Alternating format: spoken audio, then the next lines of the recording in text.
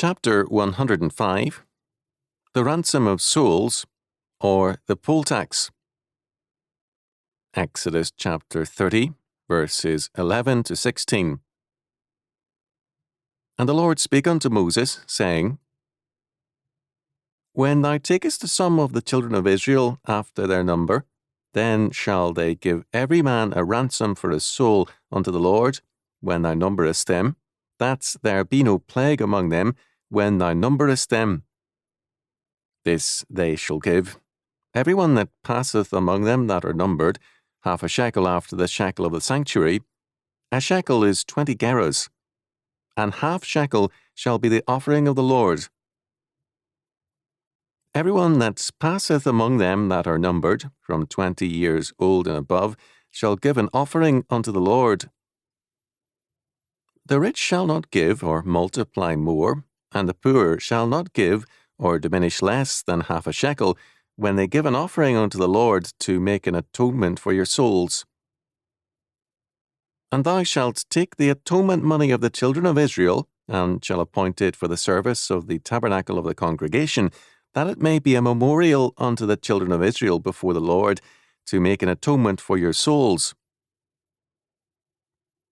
Exodus chapter 30, verses 11 to 16. This text deals with the poll tax, which has a long history from Moses to the present, to Margaret Thatcher in England. This is a prescribed tax, the same amount for all. It was strictly forbidden to tax the rich more heavily or the poor more lightly. Verse 15. All males 20 years old or older had to pay. There are differences of opinion as to how much a half shekel was worth, but it is clear that it was not an unreasonable amount.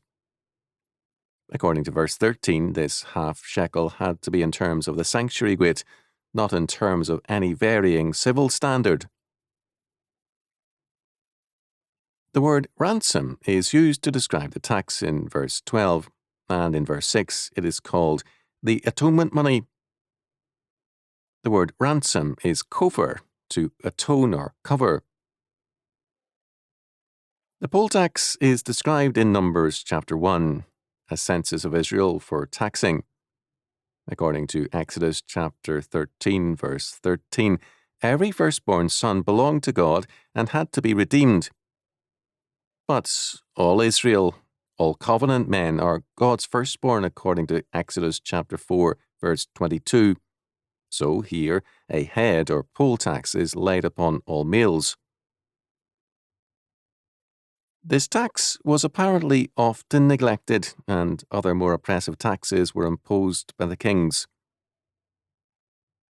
King Josiah returned to the poll tax, according to 2 Chronicles chapter 24, verses 6 and 9.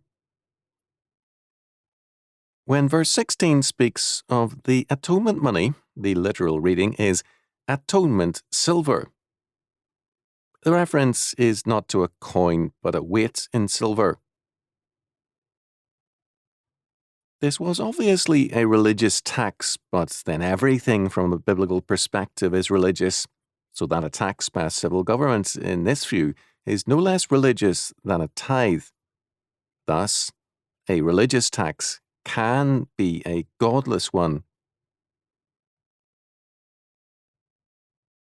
The reasons for the tax are twofold. First, the tax is to prevent any plague among God's people. That there be no plague among you, verse 12. Plague here is the Hebrew negef, which Christian scholars render as a plague or a stumbling.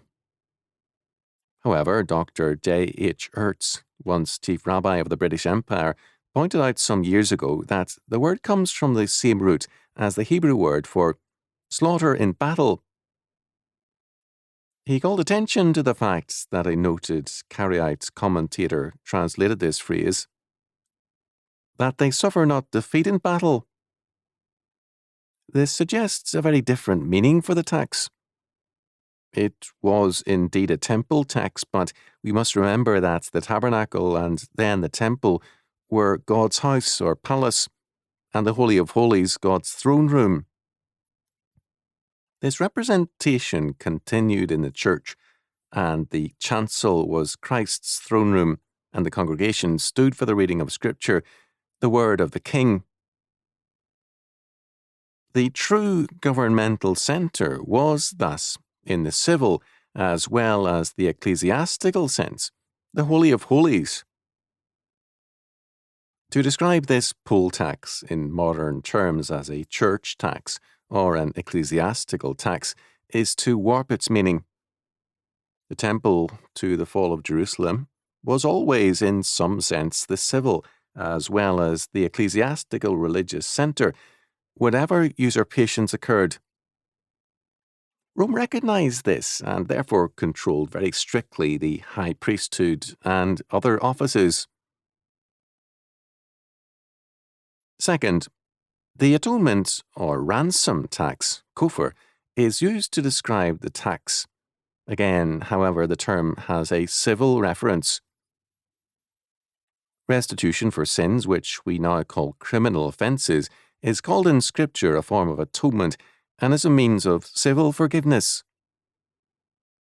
God sees all offences as requiring atonement, restitution, and forgiveness, and this atonement is sometimes manward, where the offence involves men.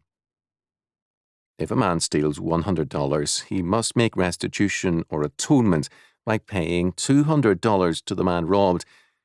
This, apart from the theological aspect of his status. Thus, a tax for civil atonement means that we recognize that this is a fallen world, and in Adam, we are all members of a fallen humanity. Our ransom, or covering against the evils of that world, requires a civil tax to provide for officers of states who will be a terror to evildoers. Romans chapter 13, verses 1 following. Other countries are not lacking in evil, and so a civil tax also helps protect us from enemies without, from the plague which is slaughter in battle. There is an interesting aspect to the history of the poll tax among Jews. Most rabbis, like Christian commentators, have seen the tax as ecclesiastical, related to worship. In the history of this tax after the fall of Jerusalem, however, we see that it was not collected by the synagogues, but by the Nazi or prince, a patriarch, and the qualification was descent from David, that is, membership in the royal line. Jerome reported that the Roman emperor executed an important Roman for violating the private papers of one such patriarch prince named Gamaliel.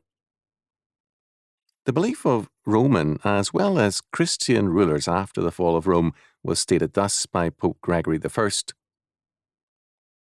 Since they are permitted to live in accordance with Roman law, it is but just that they, the Jews, should manage their own affairs as they think best, and let no man hinder them.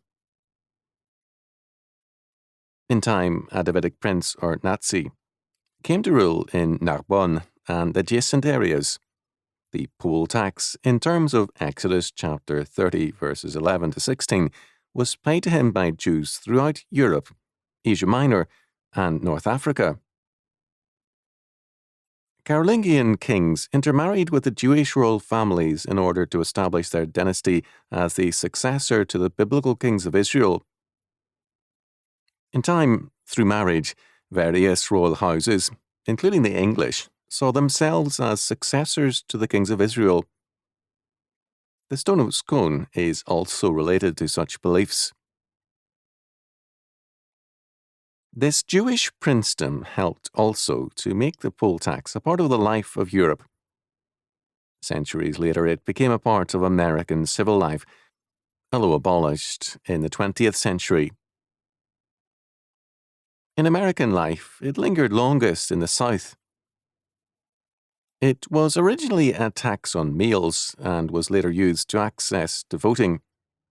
It was in this aspect that it was used to bar blacks from voting.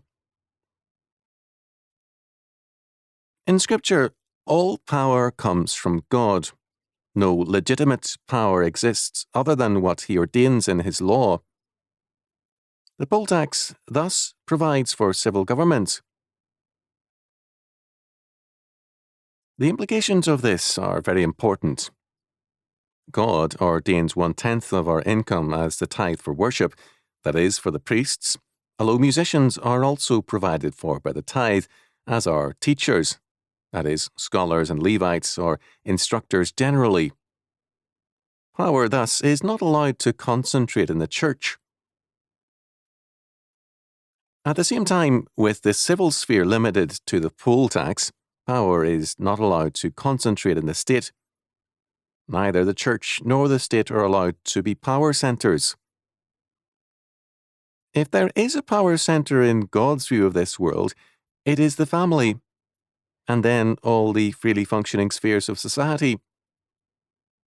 George Dewey has observed, "The role of marriage is fundamental to every social formation.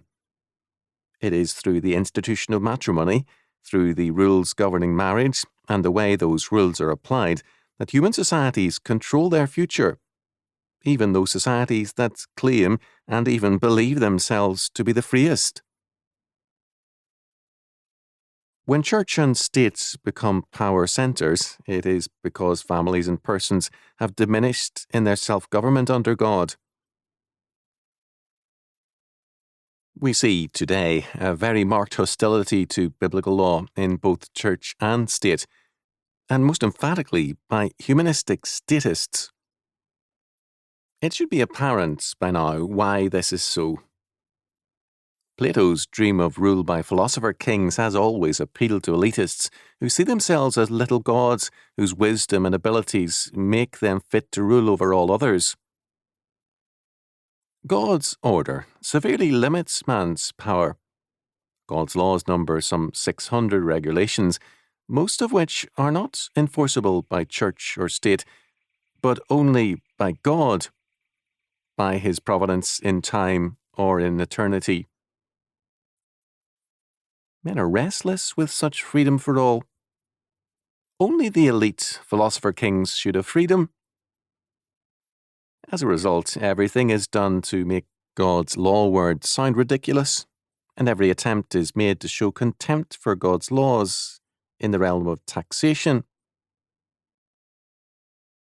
Jewish, Christian, and humanistic scholars and observers have all joined in this. The last word, however, always belongs to God.